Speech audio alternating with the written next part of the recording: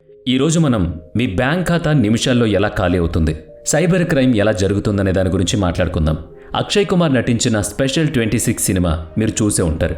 అందులో కొంతమంది ఒక వ్యాపారవేత్తను సిబిఐ ఆఫీసర్లుగా నటిస్తూ దోచుకుంటారు. ఇది ఒక రకంగా సిబిఐ దాడి అని చెప్పుకోవచ్చు. ఈ సినిమా 1987 ఒపెరా హౌస్ ఆధారంగా రూపొందించబడింది. ఈ 36 సంవత్సరాల్లో దేశం డిజిటల్గా మారిపోయింది. డిజిటల్ ఇండియాలో డిజిటల్ మోసాల వరద మొదలైంది. మీరు షాక్ అయ్యే ఇలాంటి మోసాలను ఇప్పటికిప్పుడు వింటూనే ఉన్నారు.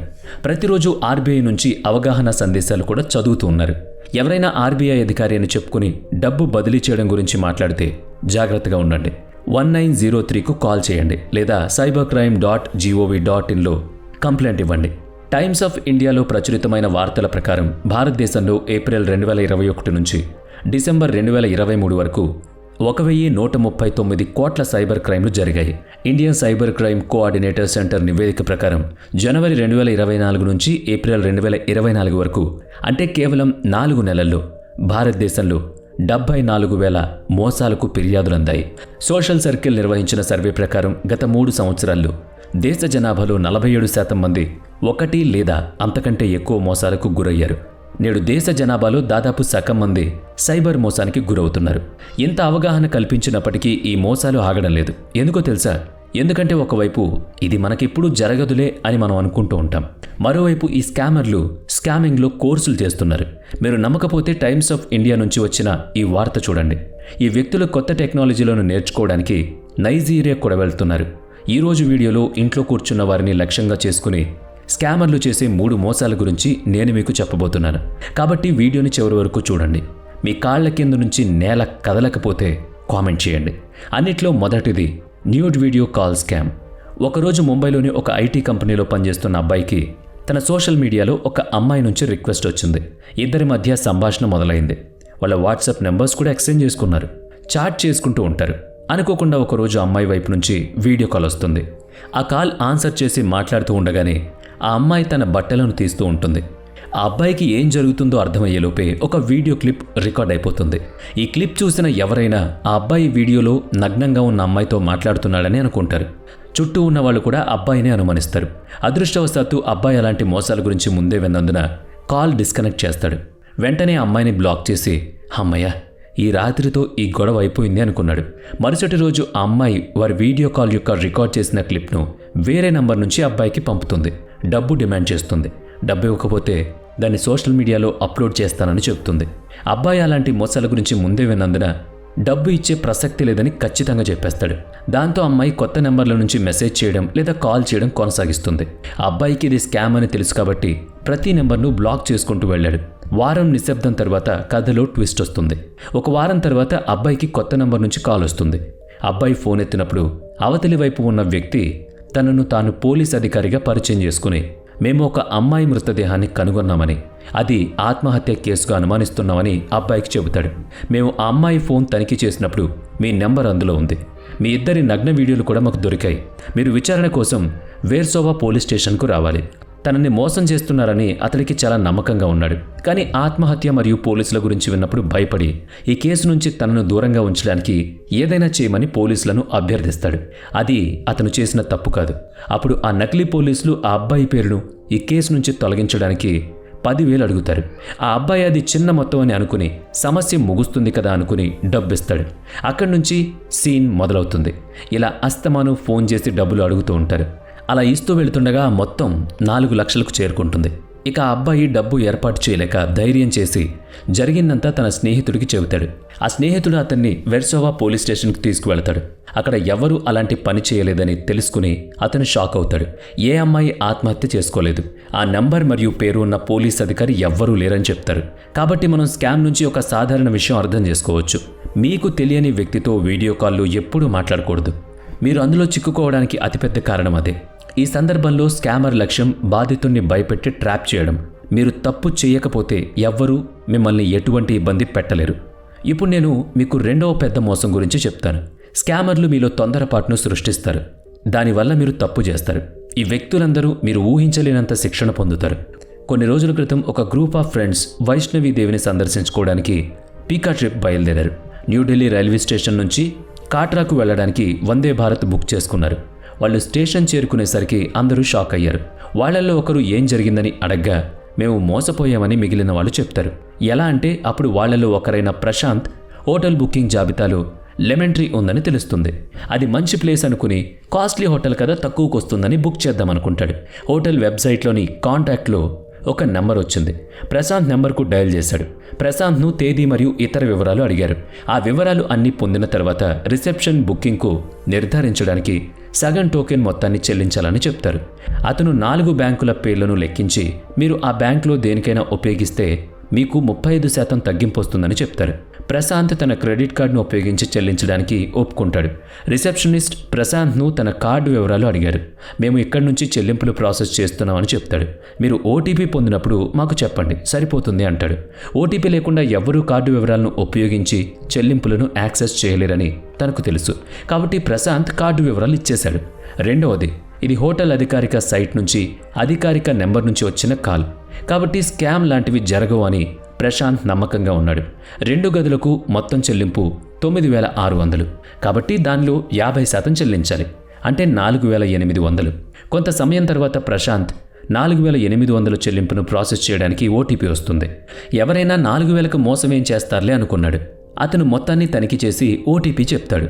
ఇప్పుడు ఈ కథ యొక్క క్లైమాక్స్ చాలా ఇంట్రెస్టింగ్గా ఉంటుంది. 1 నిమిషం తర్వాత రిసెప్షనిస్ట్, సార్ ఓటీపీ ఎక్స్పైర్ అయినట్టుంది, ఈసారి నేను దాన్ని మళ్ళీ పంపుతున్నాను అంటుంది. ప్రశాంత్కి ఓటీపీ త్వరగా వచ్చింది, కానీ తన బ్యాంక్ నుంచి చెల్లింపు డెబిట్ సందేశం రాలేదు. కాబట్టి మళ్ళీ ఓటీపీ గడువు ఎక్స్పైర్ అయి ఉండొచ్చని అప్పుడు మరోసారి ఓటీపీ అతను ఫోన్లో వస్తుంది. ప్రశాంత్ ఈసారి ఆ మొత్తాన్ని తనిఖీ చేసిన తర్వాత మాత్రమే ఓటీపీ ఇస్తాడు. కొన్ని సెకండ్ల తర్వాత రిసెప్షనిస్ట్ ఓటీపీ గడువు ముగిసిన తర్వాత మళ్ళీ పునరావృతం చేస్తాడు. సార్ దయచేసి ఓటీపీ త్వరగా చెప్పండి అని అంటాడు. అలా ఓటీపీ 3-4 సార్లు వస్తుంది. ఇప్పటి వరకు ప్రశాంత్ సురక్షితంగా ఉన్నాడు, ఎందుకంటే డబ్బు బ్యాంక్ నుంచి తీసివేయబడలేదు. కానీ దీని వెనుక వేరే ఆట ఆడబడుతోంది. అక్కడ కూర్చున్న వ్యక్తి ఓటీపీని సరిగ్గా పంపడం లేదు. ఈ వంకతో ఓటీపీని మళ్ళీ పంపుతున్నాడు. తద్వారా తొందరపాటు ఏర్పడుతుంది. త్వరగా పంపండి సార్, ఓటీపీ గడువు ముగిసిపోతుంది అని అంటూ ఉంటాడు. ప్రశాంత్ ఇప్పుడు పదే వైఫల్యాలతో విసిగిపోయాడు. ఈసారి మళ్ళీ ఓటీపీ పంపండి. మళ్ళీ రిసెప్షనిస్ట్ దయచేసి సార్ త్వరగా పంపండి సార్ అని అడుగుతుంది. ఈసారి ప్రశాంత్ తొందరలో ఓటీపీ నెంబర్ను వెంటనే చదివి పంపుతాడు. అప్పుడు మొదటిసారి బ్యాంక్ నుంచి చెల్లింపు తగ్గించబడిన సందేశం వస్తుంది. బుకింగ్ కన్ఫర్మ్ అవుతుందని ప్రశాంత్ అనుకుంటాడు. కానీ ప్రశాంత్ ఆ మొత్తాన్ని చూసి తన ఖాతా నుంచి 4,800 కాదు 48,000 తీసివేయబడిందని అప్పుడు అర్థం అవుతుంది. షాక్ అవుతాడు. అంత పెద్ద మొత్తం ఎలా డెబిట్ అయిందో అతనికి అర్థం కాలేదు. అతను మళ్ళీ ఓటీపీ సందేశాన్ని తనిఖీ చేస్తాడు.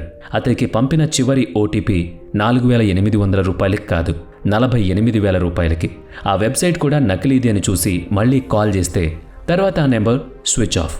దర్శనం నుంచి తిరిగి వచ్చిన తర్వాత గుర్గాం పోలీస్ స్టేషన్లో కూడా కంప్లైంట్ చేస్తారు. కానీ డబ్బు ఎక్కడికి వెళ్ళింది, ఎవరికి వెళ్ళింది అనేది ఇంకా తెలియరాలేదు. ఇప్పుడు ప్రశ్న ఏంటంటే చాలా జాగ్రత్తగా ఉన్నప్పటికీ ప్రశాంత్ ఎలా మోసపోయాడు?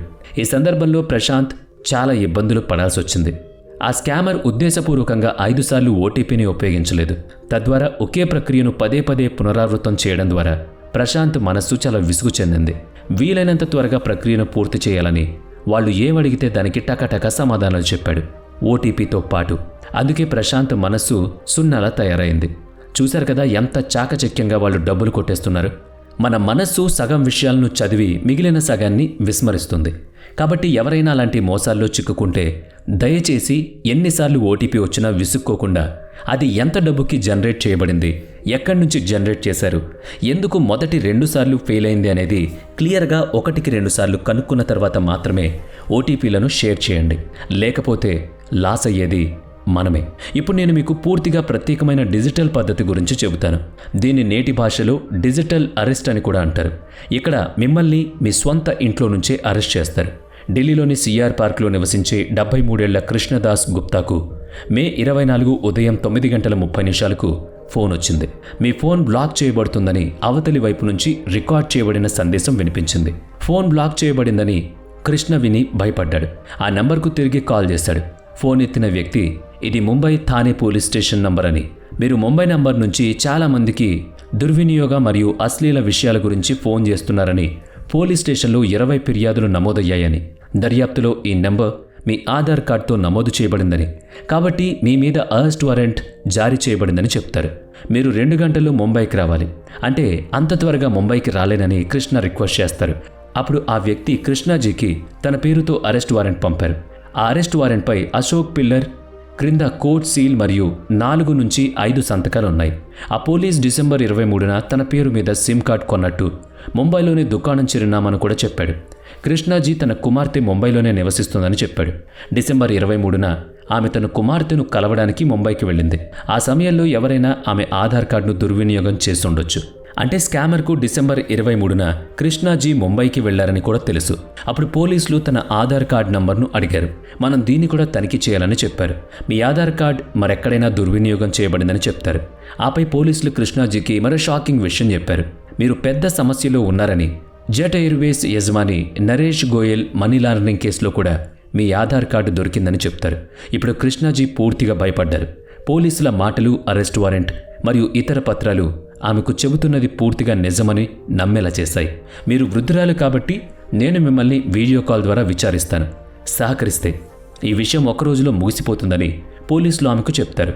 చివరి కొన్ని విషయాలు క్లియర్ అయ్యాయి. అప్పుడు వీడియో కాల్లో కృష్ణాజీ పోలీస్ యూనిఫామ్ ధరించిన ఒక అందమైన యువకుడిని చూస్తుంది. ఆమె ఒక పెద్ద సమస్యలో చిక్కుకున్నానని, దాని నుంచి ఈ పోలీస్ మాత్రమే ఆమెను రక్షిస్తాడని ఆమె పూర్తిగా నమ్ముతుంది. అప్పుడు పోలీసులు ఆమెకు ఏ బ్యాంక్ ఖాతాలున్నాయో, వాటిలో ఎంత డబ్బుందో అడిగారు. కృష్ణాజీ భయంతో ప్రతిదీ చెప్పేసింది. ఇప్పుడు ఆ పోలీస్ ఆమెను బ్యాంకుకు పంపించి అక్కడికి చేరుకున్న తర్వాత అతనితో వాట్సాప్లో మాట్లాడడం కొనసాగించమని చెప్తుంది. ఆమె తన ఎఫ్డి మరియు ఆర్టీజేఎస్లను అతని నుంచి పొందిన బ్యాంక్ ఖాతాల్లో మొత్తం డబ్బును బ్రేక్ చేసింది.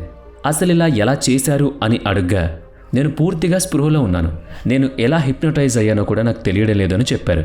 ఈ వ్యక్తులు నాకు సాయం చేస్తున్నారని నాకు అనిపించింది. దీంతో ఆమె ఇంటికొచ్చి నిద్రపోయింది. మరుసటి రోజు ఉదయం ఆమె కూతురు ఆమెను దీని గురించి అడిగింది. ఒక పోలీస్ తన్ని మనీ లాండరింగ్ కేసులో చిక్కుకోకుండా కాపాడాడని చెప్పింది. ఆమె కూతురికి అనుమానం వచ్చి వెంటనే కృష్ణాజీని పోలీస్ స్టేషన్కు పంపించింది. పోలీస్ స్టేషన్కు చేరుకోగానే పోలీసులు ఆమె సైబర్ మోసం యొక్క కొత్త రూపమైన డిజిటల్ అరెస్ట్కు బాధితురాలిగా మారిందని చెప్పారు. చూశారు కదా, స్కామ్స్ ఎంత గొప్పగా, ఎంత తెలివిగా చేస్తున్నారు. అందుకే దయచేసి మీకు ఎటువంటి బ్యాంక్ నుంచి కానీ, పోలీసుల నుంచి కానీ, న్యాయవాదుల నుంచి కానీ, ప్రభుత్వం నుంచి కానీ, లేదంటే సిబిఐ, ఐబీ లేదంటే ఇతర అధికారుల నుంచి ఫోన్లు వచ్చినా కూడా ఎట్టి పరిస్థితుల్లోనూ భయపడద్దు. ఎందుకంటే మీరు ఏ తప్పు చేయలేదు కాబట్టి మీకు ఎలాంటి హాని అధికారుల నుంచి ఉండదు. ఒకవేళ మీకు ఏదైనా అనుమానం ఉంటే దగ్గరలోని పోలీసులను సంప్రదించండి. అంతేకాని మీ ఇంటి గుట్టును ఎవరో అనామకుడు ఫోన్ చేసి నేను పోలీస్ ఆఫీసర్ని అని చెప్పగానే అన్ని వివరాలు చెప్పేయొద్దు. తస్మాత్ జాగ్రత్త. ఒక్కసారి మీ అకౌంట్లోంచి కానీ లేదంటే మీ నుంచి కానీ డబ్బు బయటకు వెళ్ళిందంటే దాన్ని పట్టుకోవడం దాదాపుగా అసాధ్యం.